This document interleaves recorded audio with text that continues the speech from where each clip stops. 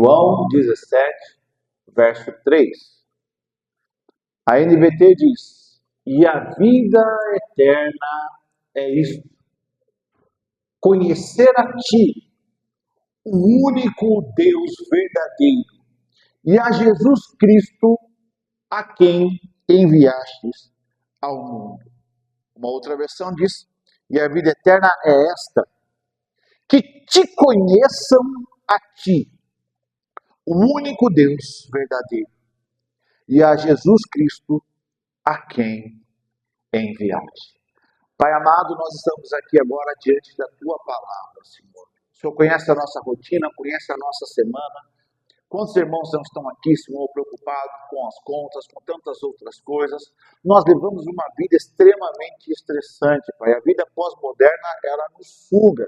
Ela é uma sanguessuga que tira de nós a energia, tira de nós a capacidade de nós nos concentrarmos na Tua palavra, nos propósitos para nós. Mas eu quero te pedir agora, soberano Deus, poderoso Espírito, leva a nossa mente cativa ao Senhor. Repreenda todo mal e todo espírito de distração, Pai amado. Que possamos dar a devida atenção à Tua soberana e poderosa palavra, porque ela é infalível.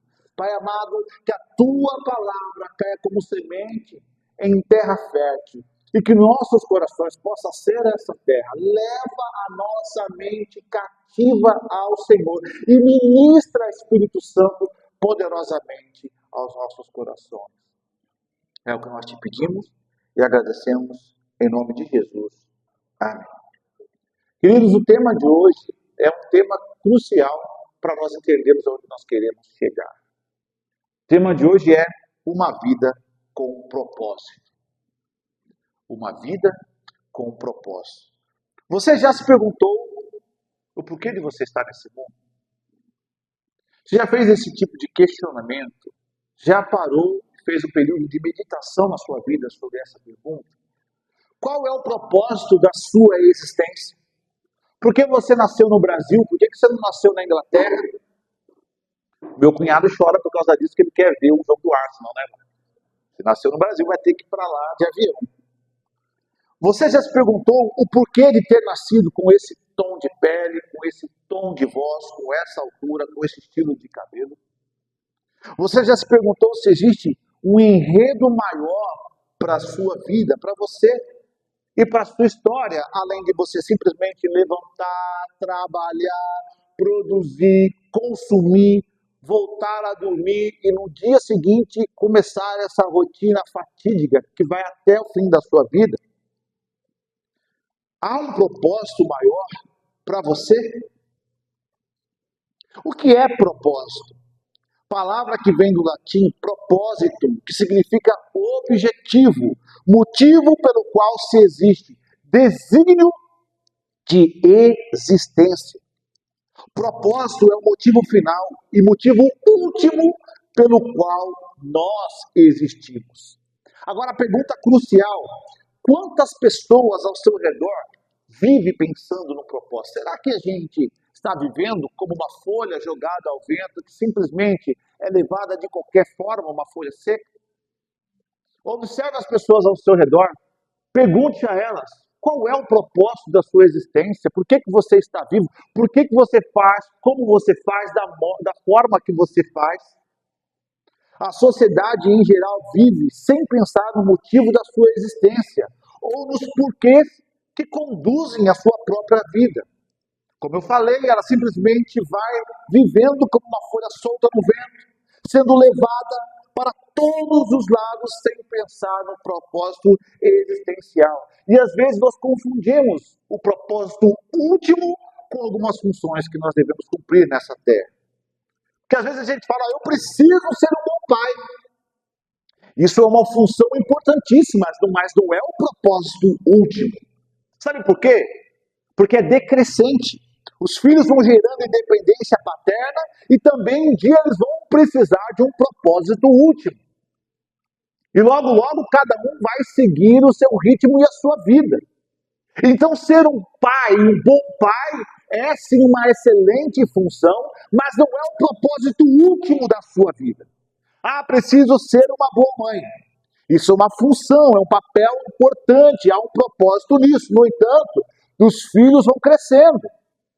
O fato de você ser mãe é uma função decrescente na sociedade. Assim como ser pai é uma função decrescente na sociedade. Por quê? Porque os filhos vão ganhando vida. Como eu falei, você é mãe, você ama, há um elo, há um vínculo, mas os filhos crescem, ganham responsabilidade, saem de casa, ou pelo menos deveriam, sai de casa, e ele vai construir a sua história e buscar também o seu propósito último. Ou você fala, não, eu preciso ser um bom filho. Isso é uma função maravilhosa. Mas também não é um propósito último, por quê? Porque é decrescente esse papel. Você entende? Ser um bom filho é uma necessidade, nós seremos filhos para sempre. Mas nós, como filhos, vamos adquirindo novos papéis na sociedade. Ser um bom filho é essencial, mas não é o propósito último da sua vida. Então preciso ser um bom empregado, isso? Isso é uma boa incumbência, nós precisamos dar testemunhos do Evangelho com o nosso trabalho. A Bíblia fala fazer todas as coisas como para Deus. No entanto, queridos, não é o propósito último, é decrescente. Sabe por que a importância é decrescente?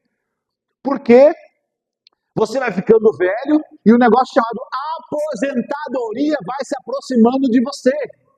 E, dá glória a Deus aí, aposentadoria. A Neide se aposentou, né, Neide? Eita glórias, eu lá continuo, meus 3 cards, ó. Por isso que está piscando aqui, ó. Mas, olha só, ser um bom empregado não é o propósito último da sua vida. Porque, como eu falei, você vai se aposentar ainda. Então, a importância ela é decrescente. Ela vai declinando na sua vida. E outra coisa, hoje nós temos o problema da tecnologia. Você pode ser um bom empregado, só que se um dia pode ser que você seja substituído por uma máquina. Então você percebe que ser um bom empregado não é o propósito último da sua vida. Eu preciso ter dinheiro. Também ter dinheiro é uma benção, mas também não é o propósito último da sua vida. Sabe por quê? Porque o tempo vai passando e existe algo que o dinheiro não compra, que é o tempo. E isso é decrescente, porque conforme a vida vai passando, o dinheiro vai ganhando menos importância. Sabe por quê? Porque você vai percebendo que outras coisas possuem uma essência mais forte que o dinheiro. Portanto, ter dinheiro é importante, mas é decrescente, não é um propósito último. Até porque um dia vai chegar a sua morte e o dinheiro não vai comprar a vida. Eu preciso ter sucesso, pastor João. Isso é uma bênção. Mas também não é o propósito último da sua existência. É decrescente, sabe por quê? Sucesso no auge é uma bênção, é o objetivo da sua carreira, da sua luta profissional. Mas deixa eu te fazer uma pergunta. Alguém aqui conhece Christopher Layton Schultz? Você já ouviu falar desse cara? Não estou falando em línguas, tá? O nome dele. Você já ouviu falar desse rapaz?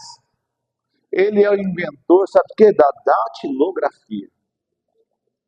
Na época foi o auge, mas é decrescente esse objetivo. Sabe por quê? Porque hoje tem gente que nem conhece mais a máquina de datilografar. Você conhece um engenheiro turco chamado Orkut Buykuten? Conhece? Talvez você não conheça. Eu conheci um pouquinho da história dele porque na minha época havia uma rede social chamada Orkut. Quem aqui conheceu o Orkut? Só os velhinhos.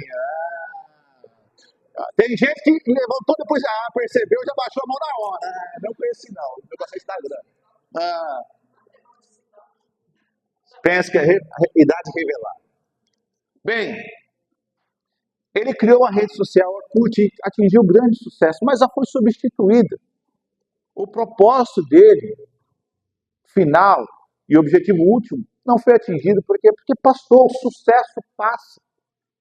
Não estou dizendo que essas questões não são importantes, pois elas ocupam sim parte do nosso chamado nessa terra, ser um bom pai, um bom filho, uma boa mãe, um bom empregado, um bom amigo, um bom servo. Tudo isso faz parte. Mas isso é o chamado. Eu não estou falando assim de um chamado, eu estou falando do chamado, do propósito para você, do propósito existencial da sua vida. Se você não souber qual é o propósito final da sua vida, você está perdendo tempo. Como conhecer então esse propósito, pastor João? Se eu lhe entregar, pensa comigo, se eu lhe entregar uma invenção desconhecida, você nunca viu na vida, você vai saber usá-la? E também nem a própria invenção terá capacidade de explicar. Somente o inventor ou o manual do fabricante poderá mostrar qual é a utilidade daquele objeto. Hoje, eu quero pedir você que abra o coração para o Espírito Santo. Porque se você quiser descobrir o propósito da sua vida, você não deve se concentrar em si mesmo. Assim como um objeto não pode concentrar em si mesmo para saber o porquê que ele existe e quais são as suas funções. É o inventor que sabe o propósito da sua criação. Portanto, agora eu peço ao Espírito Santo que ministre ao seu coração o propósito da sua vida. Eu vou usar um sermão aqui que nós chamamos de textos múltiplos. Não é meu pastor, um dos mestres em homilética, um dos maiores pregadores do Evangelho que eu conheço, que é o pastor Oder Rossi, ele sempre dava bronca, falou assim, só usa se como último recurso. E ele me deixou doente com isso. Então eu luto para não fazer sermão de textos múltiplos. Mas nesse caso, eu falei, pastor, daí onde quer que esteja no Calvário. É caso último, viu? Deus colocou no meu coração para trabalhar com vocês alguns textos, para que você saiba qual é o propósito da sua existência. Não que talvez você não saiba, mas talvez que ele está soterrado diante de tanta questão mundana, diante de tantas coisas superficiais que vão ocupando o nosso coração. Talvez o seu propósito último está aí, ele só está embutido, ele só está soterrado diante de algumas coisas. Eu quero trabalhar com vocês, então, 4 lições acerca do propósito. Eu quero pedir isso. Deixemos o Espírito Santo e sua palavra responder essa pergunta. Qual é o propósito último? Em primeiro lugar, quero pedir para você abrir Gênesis capítulo 3, verso 8. Gênesis capítulo 3, verso 8.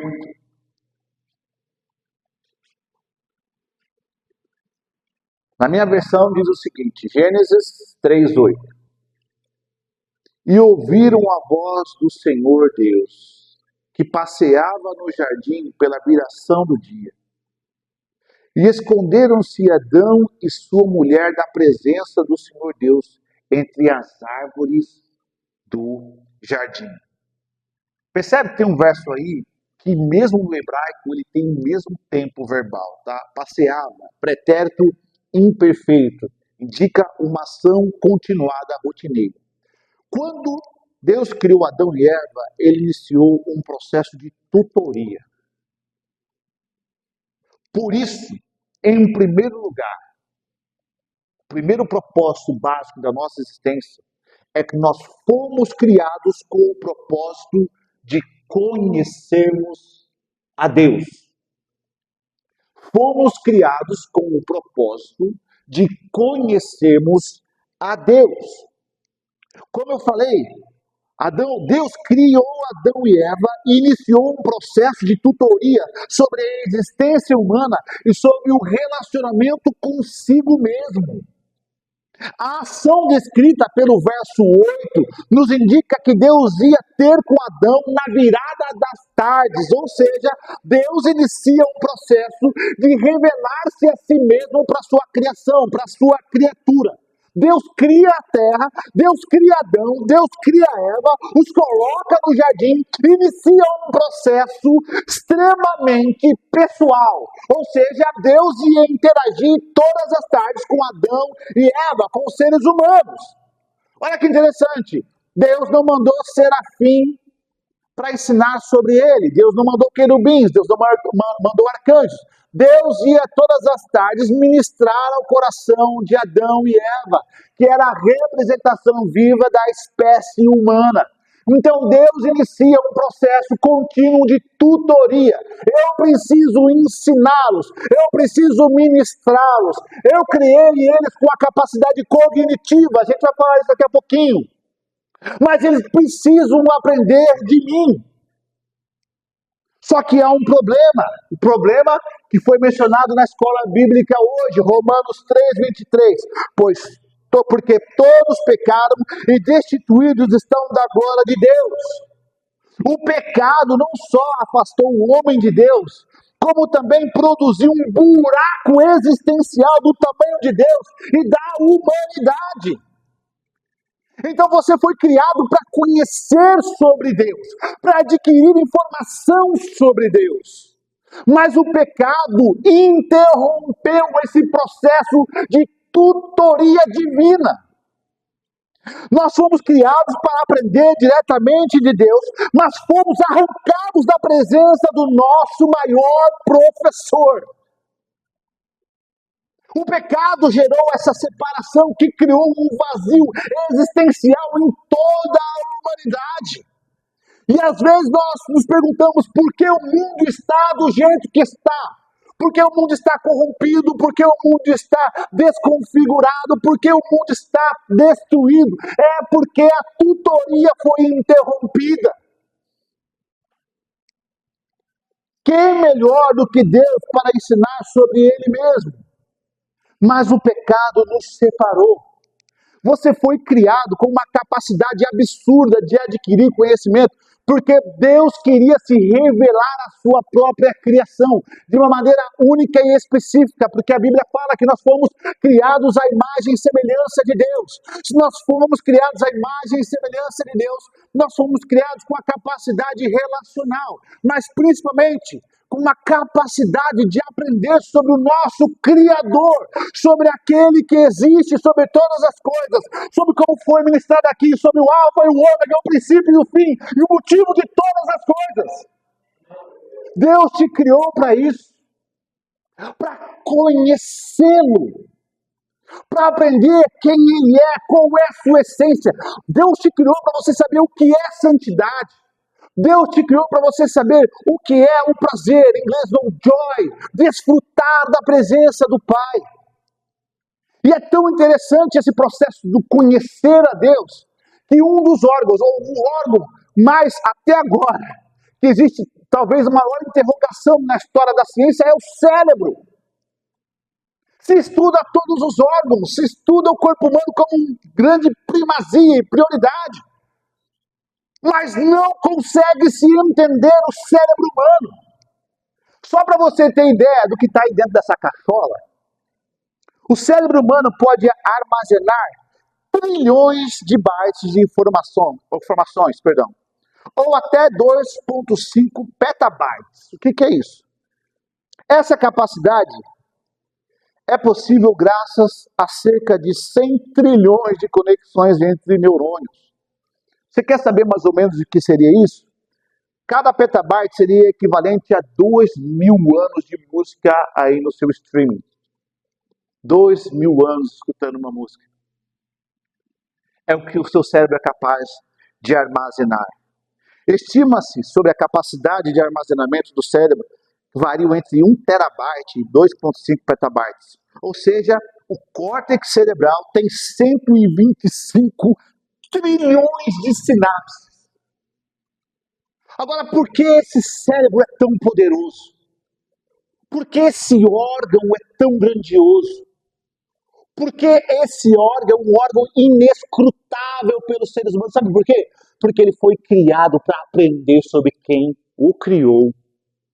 Ele foi desenvolvido para você absorver informações sobre o Deus que te trouxe a esse mundo. Isso é extremamente interessante, porque quanto mais informações sobre Deus nós absorvemos, mais parecidos com Cristo nós ficamos. Então o primeiro propósito, por que eu existo? Você existe para conhecer a Deus. Por que eu estou nesse mundo? Você está nesse mundo para conhecer a Deus. Todos os conhecimentos são importantes, mas eles são secundários em termos de propósito último. Sabe por quê? Porque o conhecimento de Deus é o único conhecimento que ele extrapola o túmulo. O conhecimento de Deus é aquilo que você absorve de Deus pela sua palavra.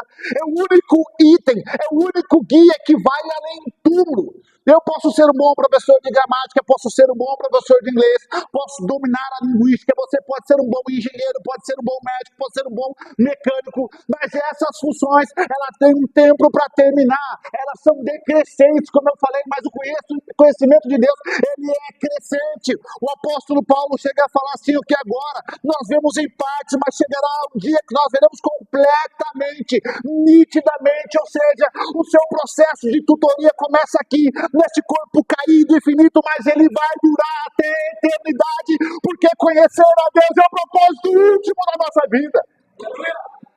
Saber quem nos criou, por que nos criou, com que amor nos criou, com qual grandiosidade.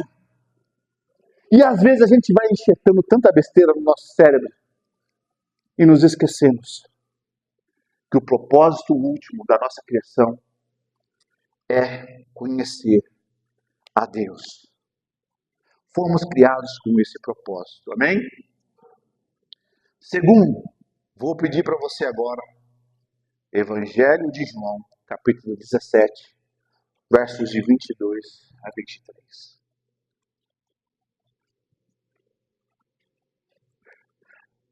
Meu Davi, você traz um pouquinho d'água para mim? Gente, porque todo mundo chama ele de seu Davi, seu Davi. Aí eu passei diferente, eu chamo ele de meu Davi.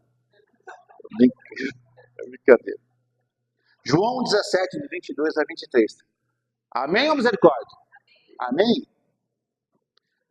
Dê-lhes a glória que me deste, para que eles sejam um, assim como nós somos um. Eu neles e tu em mim. Que eles sejam levados à plena unidade, para que o mundo saiba que tu me enviaste. E os amastes como igualmente me amastes. Segundo o propósito último e final, fomos criados com o propósito de nos relacionarmos com Deus. O ser humano foi criado, obrigado, Deus te abençoe, obrigado mesmo. O ser humano foi criado com o propósito relacional. Olha que interessante. O motivo da sua criação é relacionamento. O motivo de você estar aqui é relacionamento. O motivo pelo qual Deus te trouxe à existência é relacionamento. Somos diferentes de todas as outras criaturas nessa esfera, excetuando-se os anjos, né, que também têm um processo de relacionamento com Deus, mas agora estão com o Pai cumprindo o propósito deles. Nós aqui nessa terra, nessa esfera espiritual aqui, na criação, nós somos a única criatura que tem esse processo e fomos dotados com a aptidão relacional. Quando estudamos, por exemplo, os elementos da comunicação, percebemos como os seres humanos foram construídos para relacionamento. Quais são essas funções? Nós temos o emissor, o receptor, a mensagem, o código, o canal e o contexto. Você foi criado com propriedades comunicativas. Por que você é como você é, da maneira que você é? É porque Deus te fez assim para que houvesse interação e relacionamento. Mas o pecado desviou o propósito da humanidade. Ao invés de corrermos para Deus com esses atributos comunicativos, de irmos lá e conversarmos com Deus, e recebermos de Deus, e nos entregarmos a Deus, e falarmos com Deus, a humanidade, sabe o que ela faz? Ela corre para longe da presença de Deus. Lá, não precisa voltar. Em Gênesis 3:8, olha o que aconteceu. E ouviram a voz do Senhor, que passeava no jardim pela viração do dia, e esconderam-se Adão e sua mulher da presença do Senhor Deus, entre as árvores, as folhagens do jardim. Você conseguiu notar uma coisa? O ser humano que foi criado para correr para Deus, para se relacionar com Deus, depois de Adão e Eva, aliás, com base na atitude de Adão e Eva, continuam reproduzindo o mesmo gesto. Nós continuamos fugindo e correndo de Deus. O gesto de Adão e Eva tem sido a marca histórica da humanidade. E nós a reproduzimos continuamente. Nós reproduzimos coletivamente. Então os grupos sociais fogem de Deus. Nós a reproduzimos filosoficamente. Então nós pensamos, estudamos coisas que nos levam para longe de Deus. E nós a reproduzimos individualmente. Porque nós, como seres humanos, continuamos fugindo da presença de Deus. Continuamos correndo para longe dele, quando deveríamos correr para os braços dele, como foi cantado aqui. Quando corremos de Deus, corremos para longe, sabe do quê?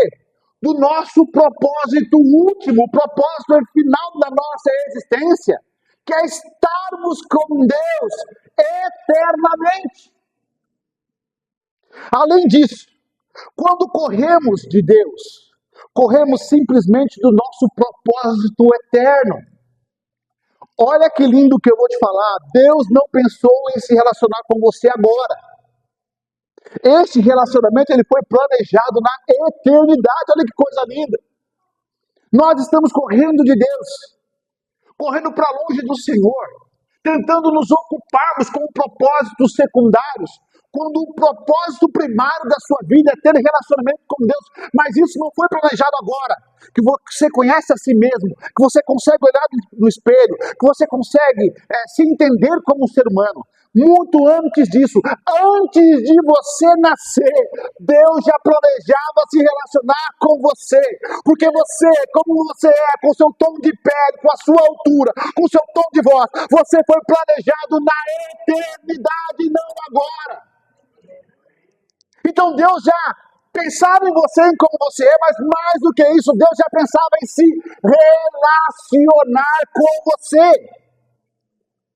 Rick Warren, no livro Uma Vida com um Propósito, diz o seguinte, Deus já pensava a seu respeito muito antes de você pensar a respeito dele.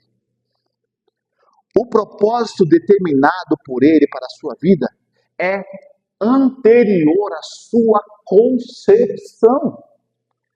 Ele planejou isso antes que você existisse, sem a sua contribuição. Você pode escolher sua carreira, seu cônjuge, seus passatempos e muitas outras partes da sua vida, mas não pode escolher o seu propósito final, porque o seu propósito final já foi designado, já foi carimbado, já foi chancelado na eternidade, que é o quê? Conhecer e se relacionar com o Pai. Você foi criado para algo maior. Enquanto você não se voltar, me perdoe, deixa eu colocar aqui, mudar o pronome. Enquanto nós não nos voltarmos para Deus de todo o coração, haverá um vazio permanente.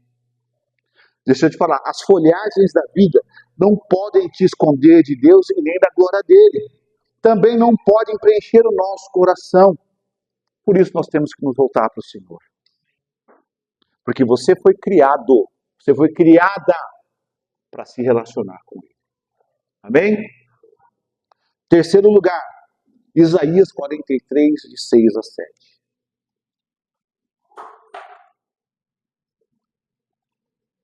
Isaías 43, de 6 a 7. Olha o que lindo. Direi ao norte e ao sul, tragam de volta meus filhos e filhas, desde os confins da terra. Eu vou ler na minha versão aqui, que é a direi ao norte, e ao sul, não retenhas, trazei meus filhos de longe, e minhas filhas da extremidade da terra. Aí olha o verso 7. A todos os que são chamados pelo meu nome, e os criei para a minha glória, e os formei, e também eu os fiz. Tragam todos que me conhecem como seu Deus, pois eu os criei para a minha glória. fui eu quem os formou. Glórias a Deus. Aleluia. Você está, estamos conectados. Você foi criado, isso aqui isso precisa estar claro na sua vida. Porque precisa estar claro também na minha. Você foi criado para algo maior do que você mesmo. Você foi criado para algo maior do que o mundo que te cerca. Você foi criado para a glória de Deus. Você entende agora por que o diabo ele tenta te desvalorizar tanto? Você já parou para pensar agora por que o diabo colocou essa questão do preconceito racial, das mudanças? Uma sociedade que não consegue aceitar a diversidade racial, nesse caso. Você percebe por que às vezes você olha no espelho e se acha tão feio, tão desencaixado? É porque esse é o propósito do diabo mesmo. Fazer com que você não entenda o motivo pelo qual você foi criado. Que você não entenda o motivo pelo qual você existe. Viver para a glória de Deus é manifestar a presença divina em todos os lugares onde passamos. É ter características do DNA espiritual do Deus que nós servimos. É ser luz em meio às trevas. É não se amoldar a este mundo, a este sistema. Como está em Romanos 12:2. É ser testemunha do Evangelho de Cristo.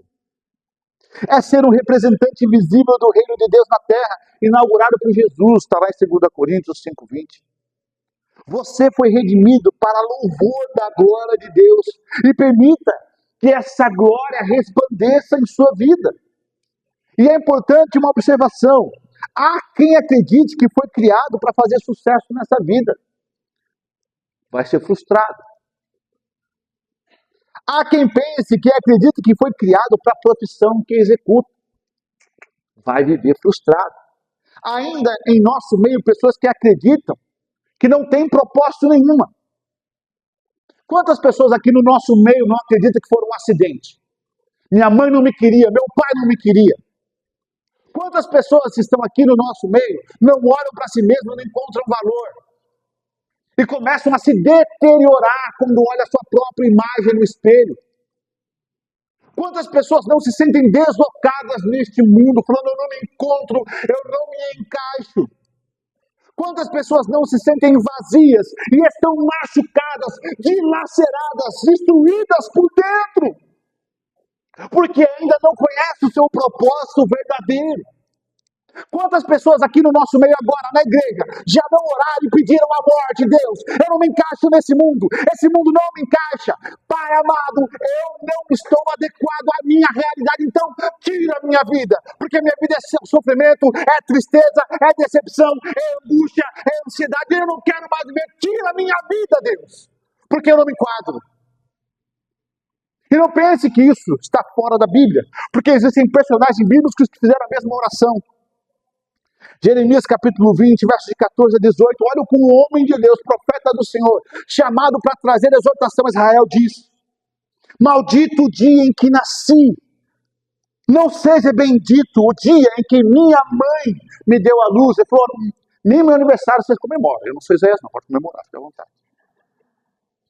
Maldito o homem que deu as novas a meu pai, dizendo, nasceu-te um filho, alegrando com isso grandemente.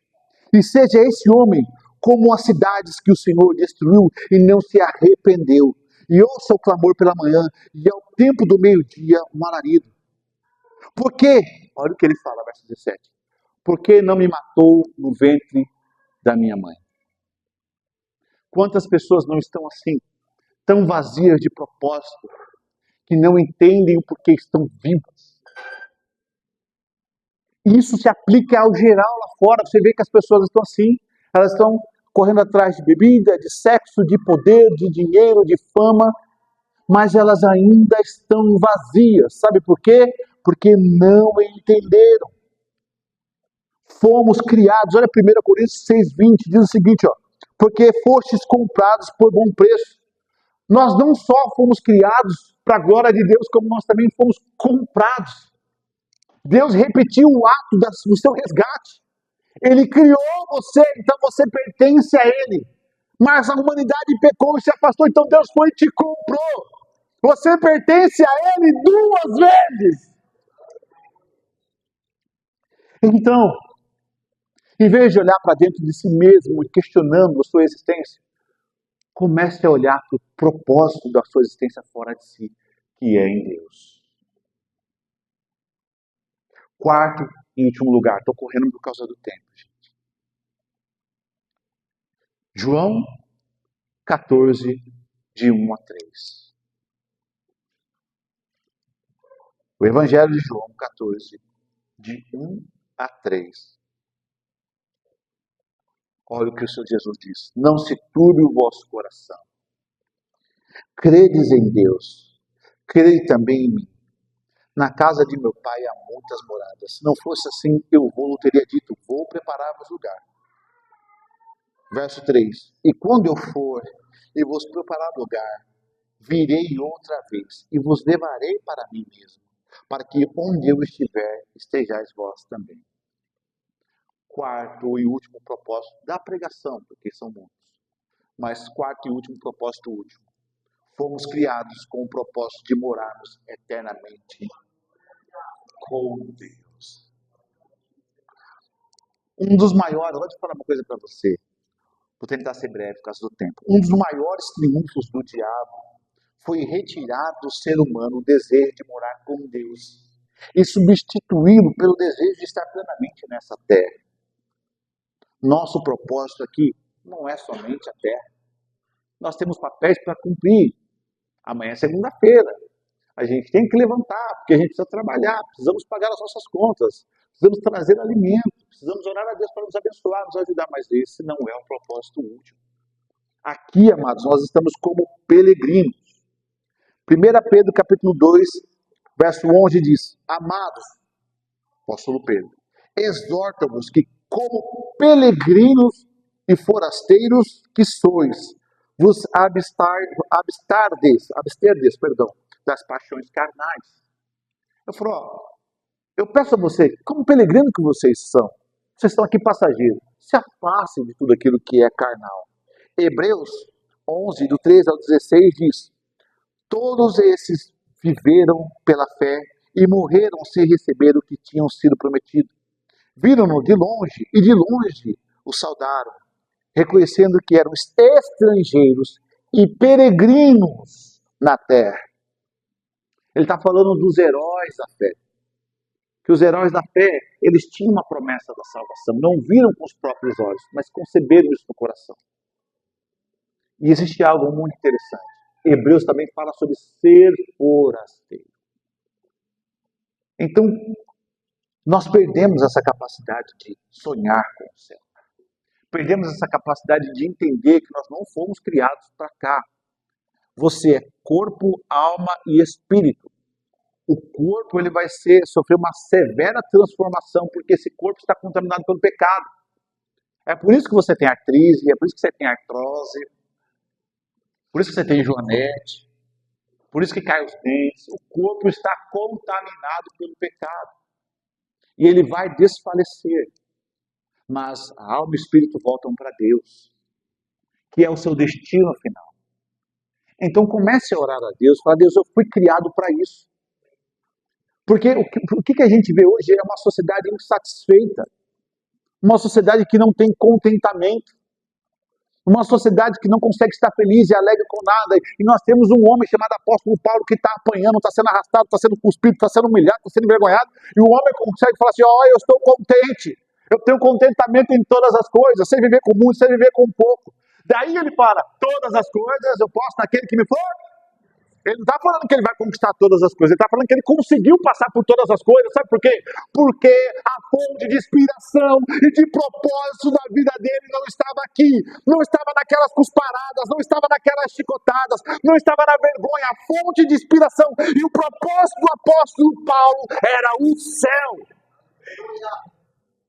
E que nós sejamos assim, e que nós tenhamos esse propósito. Quero pedir para você ficar de pé.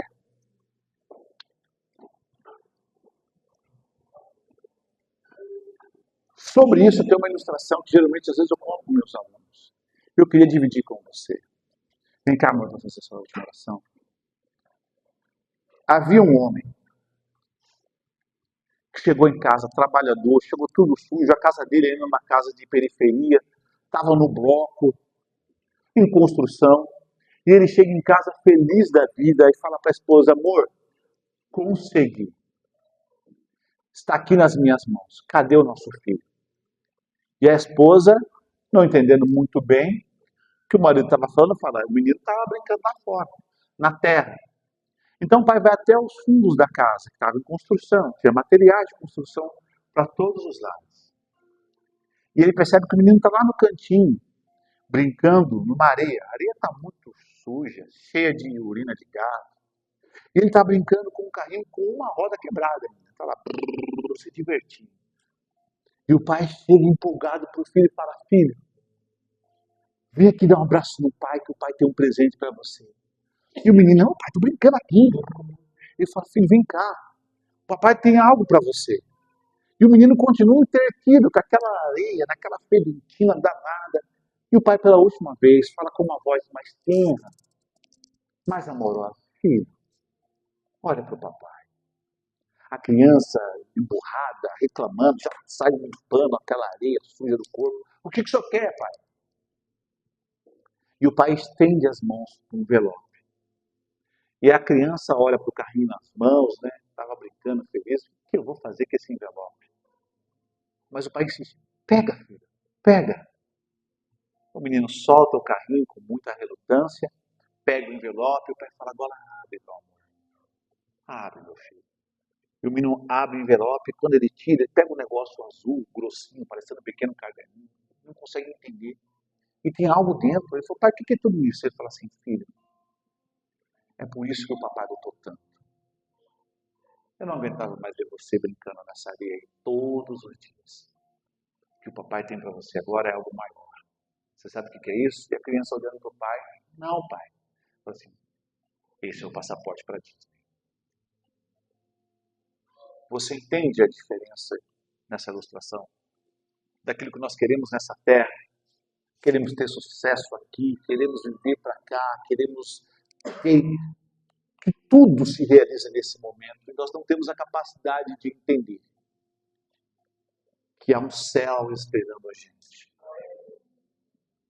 Assim como esse menino não tem concepção, é possível comparar o nível de entretenimento que a Disney oferece com um carrinho quebrado numa areia urinada?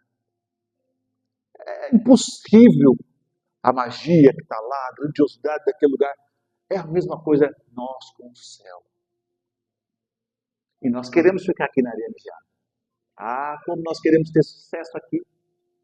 Ah, como nós queremos ter sucesso com o nosso carrinho quebrado. Ah, como a gente quer voltar a brincar. Infectar as nossas unhas ali.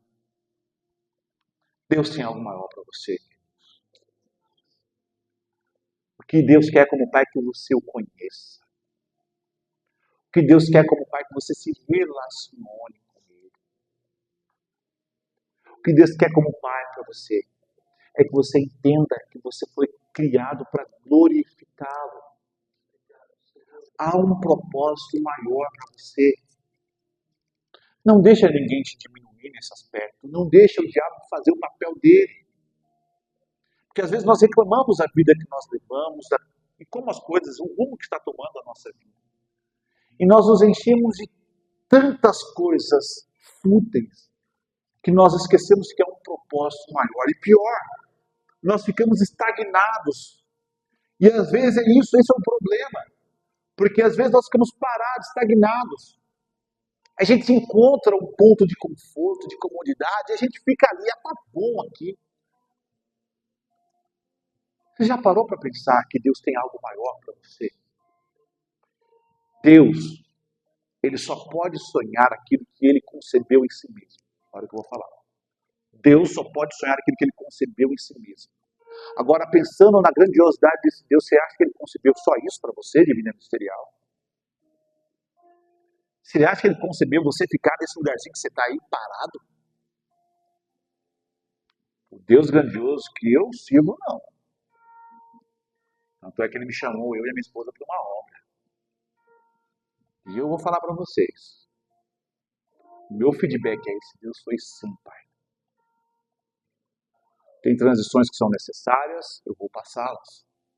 Tem coisas que são necessárias para a minha vida, eu vou me envolver com elas. Mas eu não vou ficar nessa areia suja. E eu quero que nós oremos agora. Porque talvez você até já se esqueceu disso. Talvez a sua mente você está tão envolvida com outras coisas, tão envolvido com outras coisas, você já esqueceu que há um propósito maior para você. E se tiver alguém assim, eu vou pedir para vir aqui, e não é constrangimento vir aqui na frente, gente, não é isso. Porque eu preciso estar aqui, a Carol vai orar e eu vou receber a oração dela, porque eu tenho certeza que Deus tem mais coisas ainda para mim. Eu acredito de todo o meu coração. Quando eu me ajoelho, eu olho para o céu e oro e falo, Pai, o Senhor tem um propósito. O Senhor é o propósito.